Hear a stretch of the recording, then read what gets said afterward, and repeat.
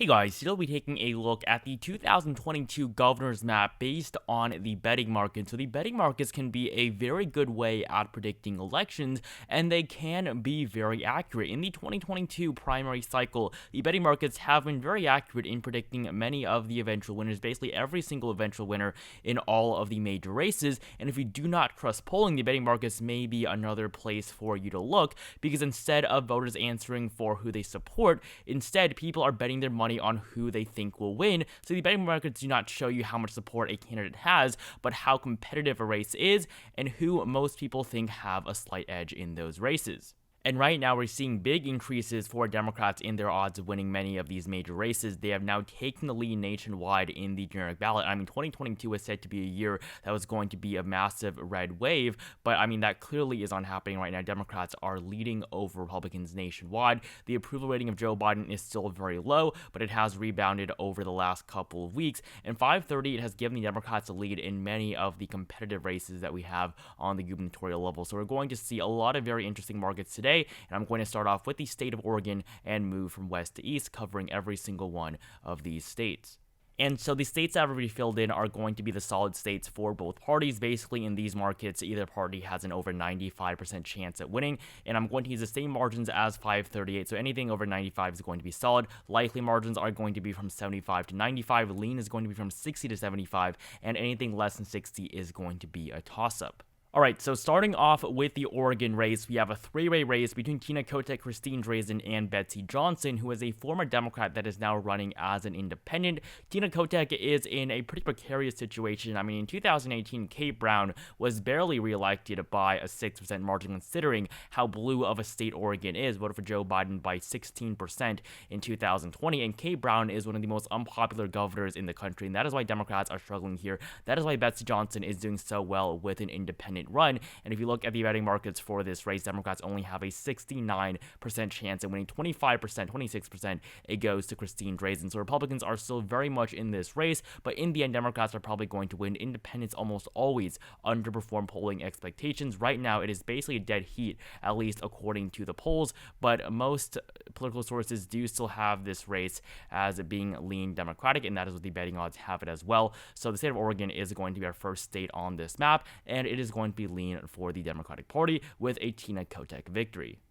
Next up, in Nevada, Steve Sisolak is running for his re-election. Joe Lombardo is the Republican challenging him. Sisolak defeated Adam McSalt in 2018 by a 4% margin, and this time around, Sisolak is once again in a very competitive race. Looking at the polling between Sisolak and Lombardo, 538 gives Sisolak a 1.9% lead, and most of the recent polls have put Sisolak ahead of his Republican challenger. And so right now, Steve Sisolak is in a good position going into his re-election, but once again, 2022 is going to be a year in Republicans are probably going to outperform expectations, and so that is why Sisolak only has a 53% chance at actually winning his second term, 47% chance that it goes to Joe Lombardo. I think Joe Lombardo is one of the better nominees that the GOP has nominated this cycle, much better than Carrie Lake in Arizona, state that we will talk about next, but right now the Democratic Party is only very slightly favored in Nevada, so the silver state is only going to be a tilt state for the Democratic Party, but they are still slightly favored nonetheless. And moving on now to Arizona, Democrats have just taken the lead in this race after Carrie Lake won the Republican nomination. So we now do officially have the matchup Lake versus Hobbs. Hobbs is the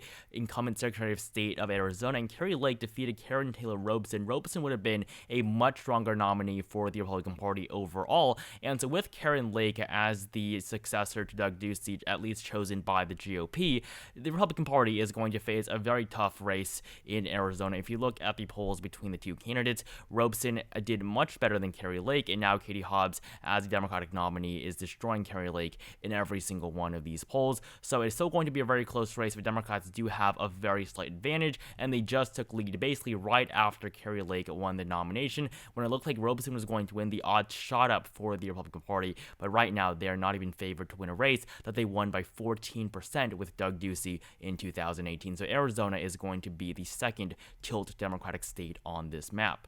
And in the state of Nevada, Democrats have a 75% chance at winning here with Michelle Lujan Grisham as the incumbent Democratic governor. She was elected in 2018 and really is one of the worst nominees the Democrats have up this year. She has a sexual assault allegation against her and is not popular in her state. Mark Marchetti is one of the better GOP nominees. He was nominated to run against Bentley Lujan for the Senate seat in 2020. It actually came surprisingly close to winning. In 2020 was a very positive environment for the Democratic Party, but right now Michelle Lujan Grisham is facing a tough free election. The only thing that's really helping her is the fact that most governors do win their second terms, and if you look at the polling for this race, Lujan Grisham has still maintained a very slight lead, but definitely this is not what she wants. Michelle Lujan Grisham is definitely underperforming expectations considering that she won by a pretty solid margin 4 years ago, winning 57% of the vote, and if you look at the betting markets here, 75% chance that Grisham wins her re-election, so New Mexico is only barely going to be a likely state for Democrats on our map. In Kansas, we have the most vulnerable Democrat running for their re-election this year. That is Laura Kelly, who won her election in 2018. Yes, in the state of Kansas as a Democrat. Chris Kobach was just too right-wing of a candidate for Republicans even to vote for him. So Laura Kelly actually ended up winning by a 5% margin, with Greg Ormond running as an independent, capturing 6.5% of the vote. In 2022, Derek Schmidt is the nominee. He is a better nominee than Chris Kobach was 4 years ago. The polls have it as a very close race, but right now Derek Schmidt does have a very slight advantage, and according to the betting odds, 57% that Schmidt is the winner. There's 38 for Laura Kelly, and if you look at the odds here, they have been improving significantly for Democrats. The odds just a couple of months ago had the Republicans up at a 76% chance at flipping this governorship. Now it's basically a lot more of a coin toss, with Laura Kelly less than 20 points behind. And if you look at the 538 forecast, Democrats are actually favored to win this race, with Laura Kelly having a 51% chance at victory. So Kansas is definitely going to be one of the most interesting races that we have on the ballot this November, and right now it is going to be our third and final tilt state on this map as a tilt state for the GOP. And the final state we have on the western half of the continental United States is the state of Texas, where Greg Abbott has an 89% chance at victory. There's 13 for the Democratic nominee, Beto O'Rourke. Of course, O'Rourke did very well in 2018 when he ran against Ted Cruz for the Senate seat, losing by just 1.4%. But this November, we're going to see a completely different race. Greg Abbott is doing significantly better than Ted Cruz, and a lot of the star power that Beto O'Rourke had 4 years ago really has started to dim, especially in his own state. And if you look at the betting markets for this race, the Republicans have an 89% chance at victory. So very, very solid for the GOP, but it is going to officially get a likely categorization. And if you look at the polling between Abbott and O'Rourke, you see that Greg Abbott is leading by likely margins. However, O'Rourke is probably going to do better than Democrats did in 2018. With Lupe Valdez as a nominee. Greg Abbott won his second term 4 years ago by a solid margin, and in 2014, his first election, he also defeated Wendy Davis by a solid margin. So Greg Abbott has been performing well in his state over the last decade. In 2022 is not likely to be any different, so Texas is going to be a likely state on our map for the Republican Party.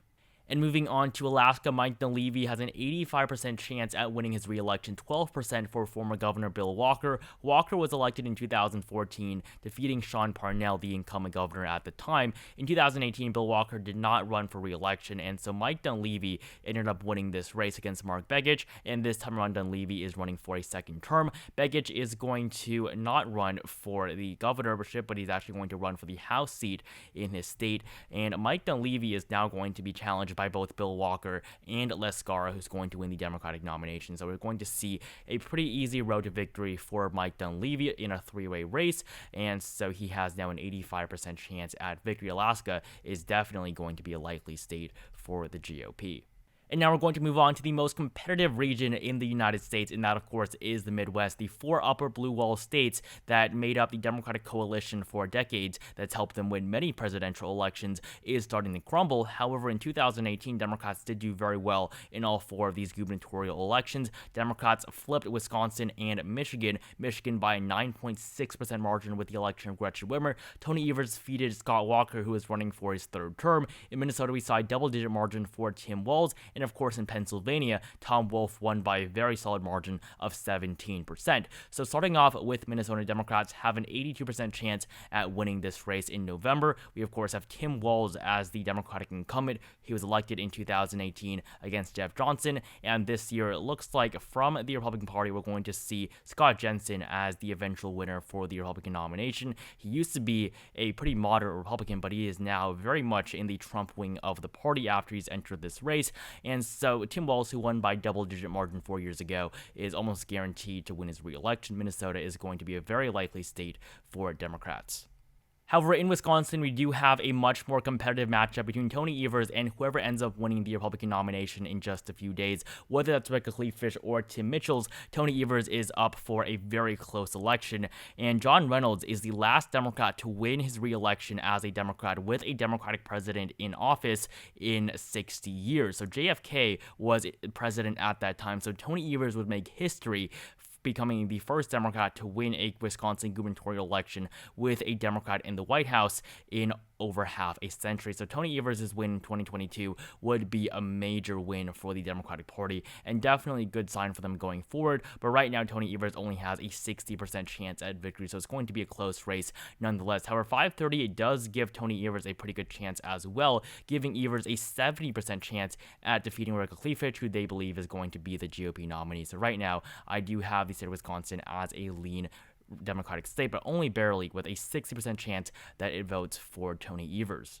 And moving on to Michigan, we do have a much more solid race for Democrats here. Gretchen Whitmer has an 80% chance at winning her re-election. The odds have only been going up for her over the last couple of months, and Tudor Dixon is not that great of a nominee. She is a Trump Republican. She received the endorsement of the former president, and she definitely is very pro-life, and that's going to hurt her in a state like Michigan that is very pro-choice, and a state that really can get its abortion rights repealed if Tudor Dixon is elected. So Gretchen Whitmer, elected in 2018 against Bill Schuette by a 9.6% margin, she's almost guaranteed to win her second term. I mean, just look at the 538 forecast. Michigan is a solid Democratic state for Gretchen Whitmer, so 538 gives Democrats a much better chance at winning this race than even the betting markets, which is pretty surprising. Normally, 538 is a lot more conservative with their projections, but Michigan is going to be a likely state on our map. Definitely, Gretchen Whitmer is on track to winning a second term. And moving on to Ohio, the GOP barely has a likely chance at winning this race, with Nan Whaley as the Democratic nominee to challenge Mike DeWine. Whaley is not that great of a candidate, so Republicans are going to pretty easily win this one, with DeWine being the one that defeated Jim Renacci in the Republican primary. DeWine was primaried pretty significantly by the Trump wing of the party, but he did end up coming out on top, and so the betting odds now have a 94% chance that DeWine wins his second term, and the Democrats are down at 6, so 94, almost 95, but it is going to be a likely state on our map. But the race in Ohio is going to be a lot more solid for Republicans than it was in 2018. 2018, we actually saw a pretty close race between DeWine and Cordray, with Cordray winning 47% of the vote and DeWine barely crossing the 50% mark. And the final state in the Midwest we have left is, of course, the Keystone State of Pennsylvania. Josh Shapiro, as the Democratic nominee, currently is heavily favored in this race, with a 79% chance at winning 22 for Doug Mastriano and the Republicans. He simply is too radical of a candidate, even for many members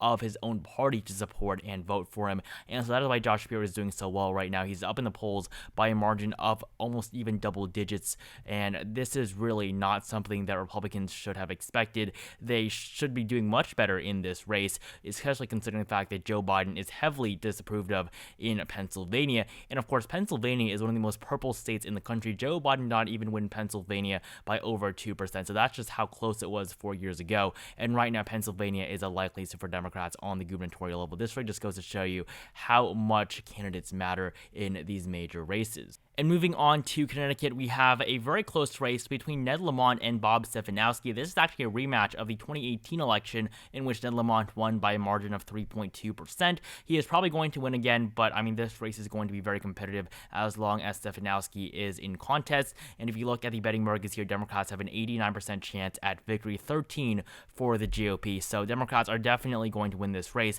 but they should be doing a lot better considering how blue of a state Connecticut is. Richard Blumenthal is going to win by solid margin, but Ned Lamont, who's another one of those very unpopular Democratic governors, is probably going to win by a margin of around 5 to 7%. So right now, Connecticut is only going to be a likely state on our map for the Democratic Party. Next up, in Maine, we have a pretty tough challenge to Janet Mills, the incumbent Democrat elected in 2018. And of course, this challenge is coming from former Republican Governor Paul LePage. LePage was reelected in 2014, and since the governors in Maine cannot run for a third consecutive term, he did not run in 2018, clearing the field for Sean Moody, who eventually lost to Janet Mills. And so in this year's election, Janet Mills is still favored to win. However, Paul LePage, as a former governor, obviously is going to be a strong challenger no matter what. According to the betting odds, Democrats have a 77% chance at winning, 24 for the GOP. And if you look at the markets here, they really have not changed too much over the last couple of months, but we are seeing a very slight upwards trend for the Democratic Party. And if you look at the polling for this race, I mean, really, it is very close. On average, according to Real Clear Politics, Janet Mills leads by a margin of 3.5%. So Wayne, according to the betting markets here, 77% chance that it goes to Democrats is barely going to be a likely state. And now we're down to just two. So starting off in Georgia, Democrats are struggling here with Stacey Abrams as the nominee. Republicans have an 81% chance at winning. Brian Kemp is the Republican governor running for his re-election. This is a rematch of the 2018 race between Kemp and Abrams. Kemp won by 1.4%, but this was a very close race. I mean, look at the polling conducted 4 years ago. Stacey Abrams led in many of the final polls, but that is not the case this time around. Brian Kemp has essentially led in every single poll in this race, and I'm not just basing this prediction off of polls, or not this prediction, but this map, or my predictions as well. But right now, Brian Kemp is in a pretty good position according to the polls, and the polls in Georgia have been known to be fairly accurate. If you look at the betting markets, we see a very similar story, a huge advantage for the GOP, and the 530 forecast also gives Brian Kemp a likely chance at victory with an 85% chance that he wins. So right now, Georgia is definitely going to be a likely Republican state. I do not see Stacey Abrams catching up. She is probably not going to win this year. I think that she will be able to win major statewide office in the next couple of years, but 2022 is probably not going to be the one. And finally, in Florida, we have a matchup between two governors, Charlie Crist, the former governor elected all the way back in 2006, and Ron DeSantis, the incumbent governor, who is seen as the successor to Donald Trump as de facto leader of the Republican Party and 2024 Republican nominee. But if you look at Ron DeSantis' race, he barely won in 2018, and looking at his race this year, he is still in a pretty tight race against Charlie Crist. Every single poll has them neck and neck within the margin of error, but in the end, Charlie Crist is not going to win. He has not been able to win any statewide office after leaving the Republican Party. He is now a Democrat, but ran as an independent in 2010 for the Senate seat, and he also came back in 2014 as a Democrat once again, with 47% of the vote, losing to Rick Scott. So the betting markets have him at only a 9% chance at winning, 90 for Ron DeSantis. So this race is not going to be too competitive at all. We're going to see a big win for the GOP in Florida, and that's just going to be how it is in the state for at least the next couple of years. And so this is the 2022 governor's map based on the betting markets. Democrats have flips in Maryland and in Massachusetts. Both of these races are going to go to Democrats just because of how Democratic they are. And of course, the Republican governors in these states are not going to be running for their re-elections. That's why it's going to go back to the Democratic Party. Republicans are going to flip Kansas, at least according to the markets. And of course, Democrats are going to very narrowly flip Arizona. But again, Kansas, Arizona, and Nevada are all going to be three very, very competitive races that really could go both ways. But according to the betting markets right now, Democrats are actually expected to expand upon the number of governors that they currently hold. After 2021, they only had 22, so this would be a net gain of 2 for the Democratic Party in a year that's apparently supposed to be a red wave one. And so that will be it for this video. The betting markets have been favorable to Democrats over the last couple of weeks, but I will continue to update you guys on what the odds say for both parties. So thank you guys so much for watching this video. Make sure you like it down below if you enjoyed it. Comment down below which party you think will win more governorships and whether or not you agree with this map based on the betting markets. Subscribe to my channel if you haven't, and I'll see you guys in the next video.